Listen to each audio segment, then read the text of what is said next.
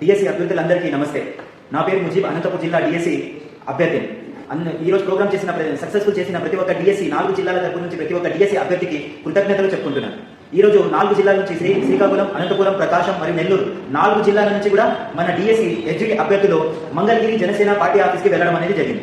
అక్కడ పవన్ కళ్యాణ్ గారిని కలవడానికి వెళ్ళాము. కానీ ఈ రోజు కలెక్టర్స్ మీటింగ్ ఉండడం వల్ల సార్ అవైలబుల్ గా లేరని సార్ ఒక ప్రత్యేక అధికారి Shri Krishnateja OSD IAS officer గారిని మనం కలవడం అనేది జరిగింది. సార్ని మన 4 జిల్లాల ఎస్జిటి పోస్టుల సమస్యల గురించి వివరించడం అనేది జరిగింది.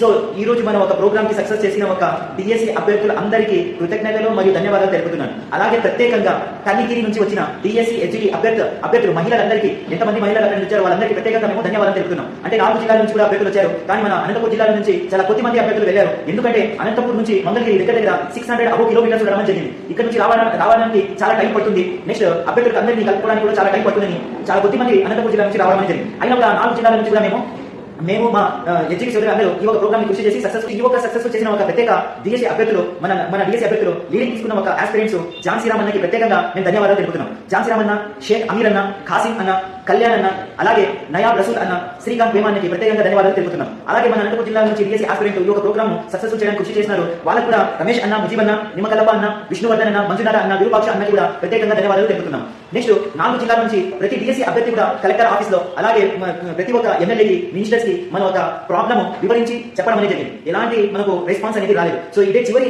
అవకాశం అని, చివరి ప్రయత్నం అని, this is last and final మన ఒక ప్రయత్నం అని పవన్ కళ్యాణ్ గారిని మనం కలవడానికి వెళ్తే అక్కడ ఐఎస్ ఆఫీసర్ ఉన్నారు. అక్కడికి ఇచ్చి మన సమస్య చెప్పి వచ్చినాం. సో ఇప్పుడు వరకు ఎంత మనం ప్రయత్నం చేసామో దానికి చాలా మనం ధన్యవాదాలు తెలుపుతున్నాం. నెక్స్ట్ మనం ఒక లాస్ట్ రిక్వెస్ట్ ఏమంటే ఇప్పుడు ఉన్న సమయంలో యాజ్ ఎర్లీ యాజ్ పాసిబుల్ మీరు కూడా సిలబస్ కంప్లీట్ చేసి నెక్స్ట్ ఏదైనా అవసరం పడితే తప్పకుండా మీకు మేము ఇన్ఫార్మ్ చేస్తాము. అప్పుడు ఏదైనా ధర్నా అయినా, ర్యాలీ అయినా, లేదా ఏ కార్యాచరణ అయినా కూడా మీకు తప్పకుండా మేము చెప్తాము. మాకు మీరు తోడ్పడతారని, నెక్స్ట్ ఇంకా అప్కమింగ్ డేస్ లో ఏదైనా అవసరం పడితే మీరు మాకు సహాయపడతారని మేము కోరుకుంటున్నాం.